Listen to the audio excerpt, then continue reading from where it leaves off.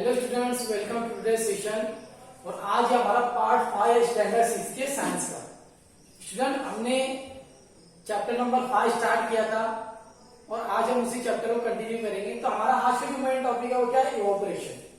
अभी student, evaporation means what? Normally evaporation हम किसको बोलते हैं? जब लिक्विड कन्वर्ट होता है किसके अंदर? गैस में। जैसे आपने देखा होगा कि समर सीजन के अंदर जो ओशन होते हैं या फिर जो पॉट्स वगैरह होते हैं जहां पे बहुत ज्यादा क्वांटिटी में वाटर कलेक्ट होता है, तो वहां पे बहुत ज्यादा क्वांटिटी में इवोपरेशन का प्रोसेस होता है। इवोपरेशन मतलब क्या? जो सनलाइट की वजह से या फिर हीट टेम्परेचर अप्लाई करने की वजह से लिक्विड कन्वर्ट होता है गैस के अंदर, तो वो प्रोसेस किसके अंदर आता है? इवोपरेशन में। आप देखेंगे बुक के अंदर डायग्राम भी दिया, क्या है वहां पे? वाटर है, वाटर के ऊपर सनलाइट पड़ रही है और सनलाइट हॉट होती है, थोड़ी गर्म होती है, तो उस टेम्परेचर की वजह से वहां का वाटर कन्वर्ट हो रहा है किसके अंदर? वेपर में या फिर गैस में, तो वो प्रोसेस होगा क्या? इवोपरेशन। अभी देखो बुक में क्या दिया student? The process of changing a liquid into a gas is called the evaporation. ऐसा प्रोसेस जिसमें लिक्विड कन्वर्ट होता है गैस के अंदर, वो प्रोसेस को हम बोलते हैं evaporation. Heat and wind help in the evaporation of water. कौन कौन हेल्प करता है? Heat and wind. अभी हीट क्या करती है स्टूडेंट? लिक्विड को कन्वर्ट करती है गैस में, और विंड क्या करती है? उस गैस को ऊपर लेके जाने का काम करती है। तो हीट और गैस इसके अंदर क्या कर रहा है? इवोपरेशन के अंदर मेन रोल प्ले कर रहा है। Evaporation is used to separate solid dissolved in a water. When food atoms are sun dried, we can actually remove the water content from them through evaporation. Table salt is obtained by this process. बहुत सारे evaporation का process जो है बहुत सारे material को separate करने के लिए भी यूज किया जाता है। जैसे स्टूडेंट आप देखना घर पे कि आपने वाटर लिया, उसके अंदर आपने सॉल्ट को डिसॉल्व किया, और अगर उसी सॉल्ट को आप सनलाइट के अंदर रखते हो तो वो वाटर तो इवोपरेट हो जाएगा, लेकिन नीचे सॉल्ट के पार्टिकल्स बच जाएंगे। मतलब क्या? हम दो मटेरियल को सेपरेट करने के लिए भी इवोपरेशन का प्रोसेस यूज करते हैं। ऐसे भी बहुत सारे मटेरियल, जैसे आप घर में पपड़ बनाते होंगे, तो वो भी क्या करते हैं? सन ड्राइड करते हैं। मतलब क्या? सनराइज के अंदर उसको रखते हैं, उसमें से वाटर इवोपरेट होता है, और वाटर इवोपरेट होता है तो फिर हम उसको as a food material use करते हैं। और जिस फूड मटेरियल में से हम वाटर को रिमूव कर देते हैं तो वो बहुत ज्यादा टाइम तक हम प्रिजर्व भी कर सकते हैं। क्यों? क्योंकि माइक्रो ऑर्गेनिज्म की growth in presence of water होती है, और अब जब हम इसमें से वाटर को इवोपरेट कर देते हैं तो फिर उनकी ग्रोथ वहां पे नहीं हो पाती, और जो फूड मटेरियल को हम ड्राइड कर रहे हैं सनलाइट के अंदर, उसको हमने रखे हैं, वाटर इवोपरेट हो गया तो हम बहुत टाइम तक यूज कर सकते हैं। आप घर में बहुत सारे फूड मटेरियल हम ऐसे ही प्रिपेयर करते हैं। तो दो मटेरियल को सेपरेट करने के लिए भी ऑपरेशन का प्रोसेस यूज करते हैं। नॉर्मली टेबल सॉल्ट, नमक जो हम यूज करते हैं, जिसको हम टेबल सॉल्ट बोलते हैं, तो वो भी इसी प्रोसेस से बनाया जाता है। जैसे आपने देखा होगा ओशन का जो वाटर होता है वो कैसे होता है? थोड़ा सॉल्टी होता है। मतलब उसके अंदर जो नमक होता है, जो उसके अंदर NaCl होता है, जैसे नमक जिसको हम बोलते हैं, सॉल्ट होता है, वो मिक्स होता है, मतलब सोल्यूशन फॉर्म में होता है। लेकिन उसको क्या किया जाता है? ऐसे छोटे छोटे पॉट्स में कलेक्ट करते हैं। छोटे छोटे पॉट्स में कलेक्ट करने के बाद उसके ऊपर जब सनलाइट पड़ती है तो उन पॉट्स में से वाटर तो इवोपरेट हो जाता है, लेकिन जो सॉल्ट होता है वो रिमेन उसके अंदर, मतलब रहता है, और उसके अंदर जो सॉल्ट रहता है वो हम एज ए टेबल सॉल्ट, मतलब घर में नमक के तौर पे यूज करते हैं। तो ये पूरा पूरा प्रोसेस है स्टूडेंट, जिसमें हम मतलब सॉल्ट को बनाने का काम होता है। जो कौन से मेथड से होता है? इवोपरेशन मेथड से होता है। देखो थर्ड पैरा में क्या बोला है? Sea water is mainly a solution of table salt and water. Sea water जो होता है वो सोल्यूशन है किसका? वाटर और टेबल सॉल्ट, मतलब सॉल्ट का दोनों का मिक्सचर है सोल्यूशन, मतलब दोनों मिक्स हो जाते हैं एक दूसरे में। The water is blocked and collect in a evaporation pot salt pan. When a water evaporate completely the salt remains on the dry land. क्या होता है? वाटर इवोपरेट हो जाता है, वहां पे सैंड सॉल्ट जैसे कि वैसे ही रहता है, और सॉल्ट को हम कलेक्ट करके as a food material daily life में यूज करते हैं। अभी वहां पे कुछ एक्टिविटी दी है स्टूडेंट, जैसे यहाँ पे मैंने आपको बताया, सेम उसी टाइप की एक्टिविटी आप घर पे परफॉर्म कर सकते हो। सेकंड टॉपिक स्टूडेंट हमारा सेपरेटिंग इनविजिबल लिक्विड। अभी मैंने आपको इसके प्रीवियस लेक्चर में बताया था स्टूडेंट, इनविजिबल लिक्विड हम कब बोलते हैं? मतलब अगर दो लिक्विड मैंने लिया, जैसे पेट्रोल है और वाटर है, दोनों लिक्विड है, लेकिन अगर मैं दोनों को जब मिक्स करता हूं, मतलब अगर मैं वाटर के अंदर पेट्रोल डालू या पेट्रोल के अंदर वाटर डालू, तो दोनों जैसे अगर मैं मिल्क वाटर में डालूंगा तो मिल्क कंप्लीटली मिक्स हो जाएगा ना, लेकिन पेट्रोल या फिर डीजल, रॉकेट ऐसे मिक्स ऑयल ये वाटर में मिक्स नहीं होता है। तो ऐसा मटेरियल या फिर ऐसे दो लिक्विड जिनको मिक्स करने पर वो कंप्लीटली एक दूसरे में सॉल्युबल नहीं होते, तो उनको हम बोलते हैं इनमिसिबल लिक्विड, है ना। ऐसे दो लिक्विड जो एक दूसरे में डिसॉल्व नहीं होते उनको हम बोलते हैं इनमिसिबल लिक्विड। जैसे example oil and water. If two liquid do not mix, they form two separate layers. Such liquid are called the immiscible liquid. Cooking oil and water are immiscible. They can be separated by decantation. Decantation process में इससे पहले बताया आपको कि अगर जैसे देखो यहाँ पे एक्टिविटी भी दी है कि उसने एक बीकर में वाटर लिया, उसमें ऑयल मिक्स किया, तो ऑयल ऊपर है वाटर नीचे है, तो क्या कर रहा है डिकैन, मतलब एक बीकर से दूसरे बीकर में उसको शिफ्ट कर रहा है। तो जो ऊपर की लेयर है वो पहले अलग सेपरेट हो जाएगी, तो ऑयल सेपरेट हो जाएगा और नीचे वाटर रिमेनिंग रहेगा।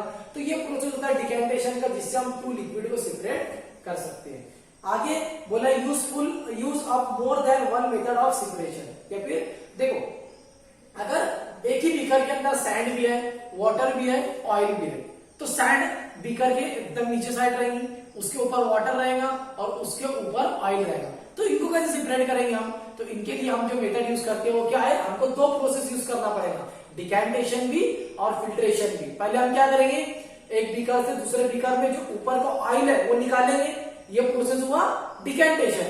फिर ऑयल अलग हो गया, बचा क्या, वाटर और सैंड। तो वाटर और सैंड को हम अलग करेंगे किससे, फिल्ट्रेशन से ना। फिल्टर पेपर हम एडजस्ट करेंगे या क्लॉथ एडजस्ट करेंगे, ऊपर से उस पर वाटर डालेंगे तो वाटर नीचे कलेक्ट हो जाएगा और ऊपर सैंड आ जाएगी। तो ये अगर दो तीन मटेरियल मिक्स है और तीनों की प्रॉपर्टी अलग अलग है तो हम इनको दो तीन अलग अलग प्रोसेस से सेपरेट करते हैं। जैसे अभी यहाँ पे एग्जांपल में आपने देखा है कि ये बीकर में सैंड भी है, लिक्विड भी है और ऑयल भी है। तो पहले हम डिकैंटेशन से ऑयल अलग करेंगे, फिर फिल्ट्रेशन से सैंड और वाटर को अलग अलग करेंगे। तो ये सिंपल प्रोसेस है जिसमें हम दो प्रोसेस भी एक साथ यूज कर सकते हो। अभी लास्ट टॉपिक हमारा इस चैप्टर में स्टूडेंट टाइप्स ऑफ सॉल्यूशन, मतलब सॉल्यूशन की कितनी टाइप्स होती है। सबसे पहले तो आपको सॉल्यूशन पता होना चाहिए। सॉल्यूशन क्या, सॉल्यूशन मतलब ऐसा कंपोनेंट या फिर ऐसा मटेरियल जिसके अंदर दो चीज होना चाहिए, सॉल्यूट एंड सॉल्वेंट। तो ये दोनों मिक्स होकर क्या बनाते हैं, सॉल्यूशन। जैसे समझ लो मैंने सॉल्यूट लिया क्या, सॉल्ट, और सॉल्वेंट क्या लिया, वाटर, और वाटर में जब मैं सॉल्ट मिलाऊंगा तो क्या बनेगा यहाँ पे, सॉल्यूशन, और मैं इसको क्या बोलूंगा, सॉल्ट सॉल्यूशन। तो स्टूडेंट कोई भी चीज का सॉल्यूशन अगर मुझे प्रिपेयर करना है तो उसके लिए दो चीज जरूरी है, एक तो सॉल्यूट और दूसरा सॉल्वेंट। सॉल्यूट मतलब जो कम क्वांटिटी में होता है और जिसको हम डिसॉल्व कर रहे हैं, सॉल्वेंट मतलब जो ज्यादा क्वांटिटी में होता है और जिसके अंदर डिसॉल्व कर रहे हैं। तो यहाँ पे सॉल्वेंट कौन है वाटर, और सॉल्यूट कौन है, सॉल्ट। तो ये दोनों मिक्स होकर क्या बन गया, सॉल्ट सॉल्यूशन। तो ये है सिंपल डेफिनेशन ऑफ सॉल्यूशन। अभी सॉल्यूशन की भी दो टाइप है, तो क्या है मैं देखो पढ़ता हूं। We have learned in the previous lesson that salt dissolve in water to form a salt solution. In salt solution, the salt is called the solute and water is called the solvent. The resultant mixture is called the solution. A solution is thus a homogeneous mixture in which the components that make up the mixture are uniformly distributed through in the mixture. अभी देखो यहाँ पे एक word आया है homogeneous mixture. क्या है इसका वर्ड, होमोजीनियस मिक्सचर। अभी स्टूडेंट देखो होमोजीनियस का मतलब क्या होता है, होमोजीनियस का मीन्स मतलब क्या होता है स्टूडेंट, कि ऐसा मिक्सचर जिसके अंदर सॉलिड जब हम ऐड करते हैं तो वो यूनिफॉर्मली डिस्ट्रीब्यूट हो जाता है। यूनिफॉर्मली डिस्ट्रीब्यूट हो जाता है मतलब क्या स्टूडेंट, कि अगर मैंने एक बीकर लिया, बीकर के अंदर अगर मैंने सॉल्ट ऐड किया तो सॉल्ट पानी में डिसॉल्व होने, वाटर में डिसॉल्व होने के बाद वो पूरी तरीके से वाटर के अंदर मतलब बीकर में फैल जाएगा।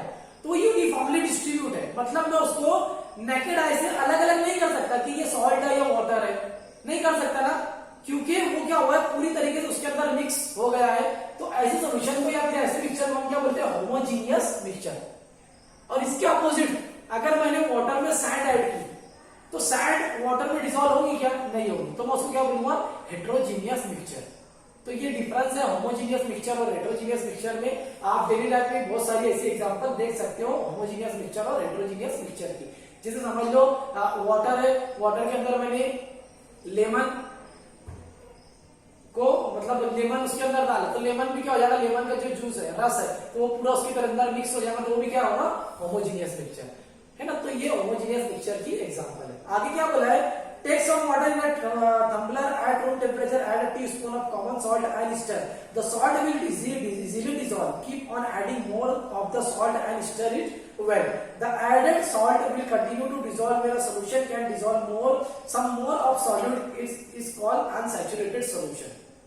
अभी देखो अनसैचुरेटेड सोल्यूशन किसको बोल रहे हैं? सोल्यूशन तो पता है हमको जिसमें सॉलिड और सॉल्वेंट आता है। अब मैंने क्या किया, एक बीकर लिया, उसमें वाटर लिया और वाटर में मैं क्या कर रहा हूं? सॉल्ट ऐड कर रहा हूं। मैंने थोड़ी क्वांटिटी में सॉल्ट ऐड किया, उसको स्टरिंग किया, वो डिसॉल्व हो गया। फिर थोड़ी क्वांटिटी में सॉल्ट ऐड किया, फिर स्टरिंग किया, फिर वो डिसॉल्व हो गया। फिर थोड़ी क्वांटिटी में ऐड किया, फिर उसको स्टर किया, वो डिसॉल्व हो गया। तो ये जब धीरे धीरे उसके अंदर डिसॉल्व हो रहा है तो मैं ऐसे सोल्यूशन को क्या बोलूंगा? Unsaturated solution.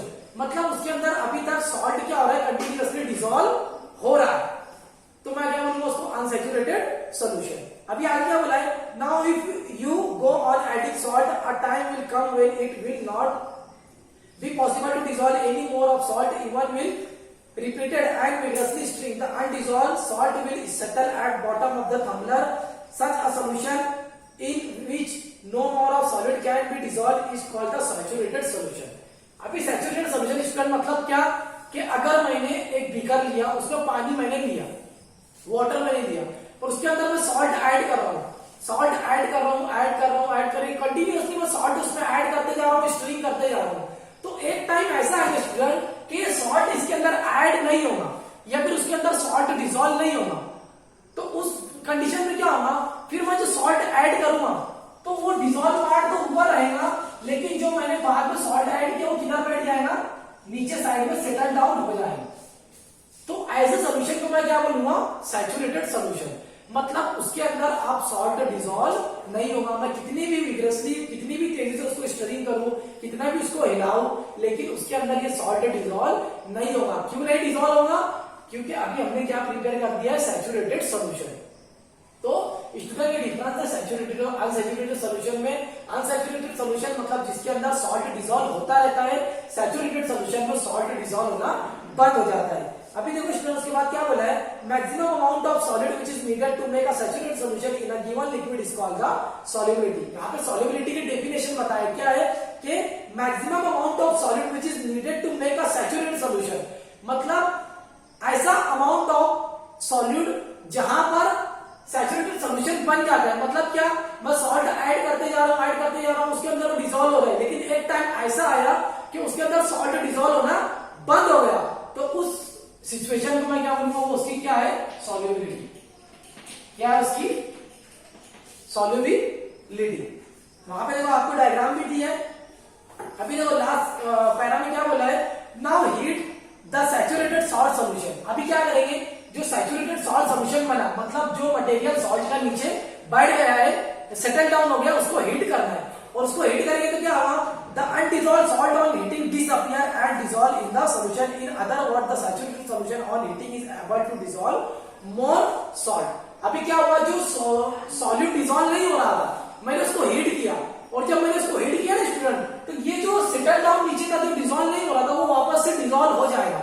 इसका मतलब क्या हुआ स्टूडेंट कि जब अगर सैचुरेटेड सॉल्यूशन फॉर्म होता है, स्टरिंग करने पे वो डिसॉल्व नहीं हो रहा था, लेकिन जब मैंने इसको टेम्परेचर प्रोवाइड किया, मैंने इसको जब हीट प्रोवाइड किया, तो सॉल्यूशन थोड़ा हॉट हुआ और थोड़ा गर्म होने के बाद जो सेटल डाउन सॉल्ट हुआ था, वो सेटल डाउन सॉल्ट भी क्या हो गया? उसके अंदर डिसॉल्व हो गया।